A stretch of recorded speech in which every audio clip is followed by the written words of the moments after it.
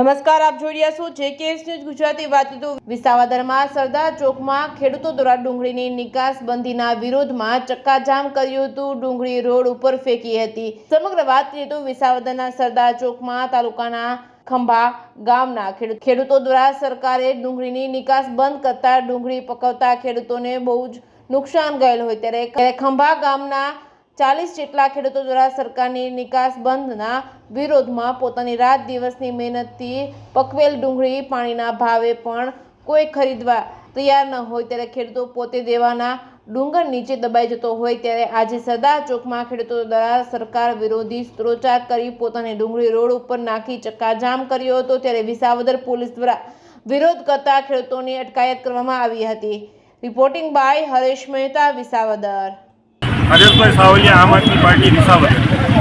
આજે આ ખાંભા ગામના તમામ ગામના ખેડૂતો અહીંયા ડુંગળી ભરીને વિસાવદર આવેલા છે, પણ યાર્ડમાં ડુંગળી સંભાળતા નથી. આ લોકોએ રોડ ઉપર ડુંગળી હલવી દીધી છે અને આ ખેડૂત વિરોધી ભાજપ સરકારને ક્યારે આંખ ઉઘડશે કે આ ખેડૂતો હવે પાયમાલ થઈ રહ્યા છે.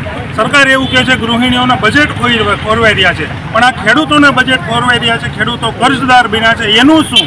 તો મારે સરકારને વિનંતી કરવી છે કે જલ્દી જેમ બને તેમ જલ્દીમાં જલ્દી આ ડુંગળીની નિકાસ શરૂ કરવામાં આવે, નહીં તો અમે આખો વિસાવદર તાલુકો ખેતી ઉપર નિર્ભર છે. આખો વિસાવદર તાલુકો આંદોલનના રસ્તે ચડશું અને ખાંભાના ગામના ખેડૂતોએ એવી પણ ચીમકી ઉચ્ચારી છે કે જો નિકાસ નહીં કરવામાં આવે તો અમે 25 જણા આત્મવિલોપન કરશું. મારું નામ હિતેશ વઘાસિયા, હું એક ખેડૂત પુત્ર છું અને આજે ખાંભા અને આસપાસના ખેડૂતોએ જે ડુંગળીની ખેતી કરે છે એમને અચાનક આ કેન્દ્ર સરકારે ડુંગળીની નિકાસ ઉપર પ્રતિબંધ મૂકતા જે ખેડૂતોની આવક છે એના બદલે જાવક ડબલ થઈ ગઈ છે અને ખેડૂતોને પોતાના પાકનો પૂરતો ભાવ ન મળતો હોય એટલા માટે આજે ખેડૂતો વિસાવદર મુકામે સરદાર ચોક ખાતે પોતાના ડુંગળી જે માર્કેટિંગ યાર્ડ ખાતે વેચવા આવેલા એ ડુંગળીનો કોઈ લેવાલ ન મળતા સરદાર ચોકે ડુંગળીને રસ્તા ઉપર ફેંકી અને અમે વિરોધ દર્શાવેલ છે.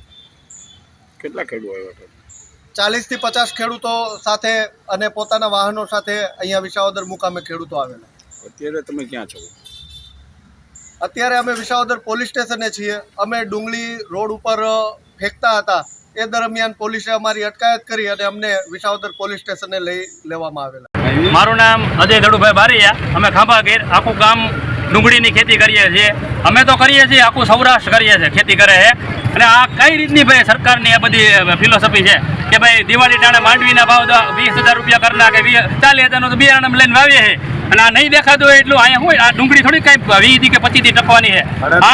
ખાલી 8 દીનો મામલો છે ખાલી કે ભાઈ 8 દીમાં ડુંગળી કોટા કાઢી અને બધા ખેડૂતને મરવાની હાલત થાય એવી છે. અને મને વિચાર એનો આવે છે કે ભાઈ જે આગેવાનો મોટા મોટા લઈને બેઠા છે, જેને આવે એના ઝંડા લઈને રખડે છે, એને 100 વીઘાની ડુંગળી છે, એને કાંઈ નહીં પડી હોય ત્યાં મરી જાય. 5 રૂપિયા કોઈને આપતા નથી, પણ સરકાર આ કિસ્સામાંથી 5 લાખ રૂપિયા લઈ જાય અને આ ગરીબ માણસો મરી જાય. કેદી આ બધી સતું થાય? કેદી આનું કોઈ નથી? ખેડૂતનો દીકરો એવો પેદા નથી થયો કે ગામમાં જઈને બજારમાં જઈને એમ કહે કે ભાઈ અમે કાયદેસર મારા મા બાપ ગામડે મરી જાય છે.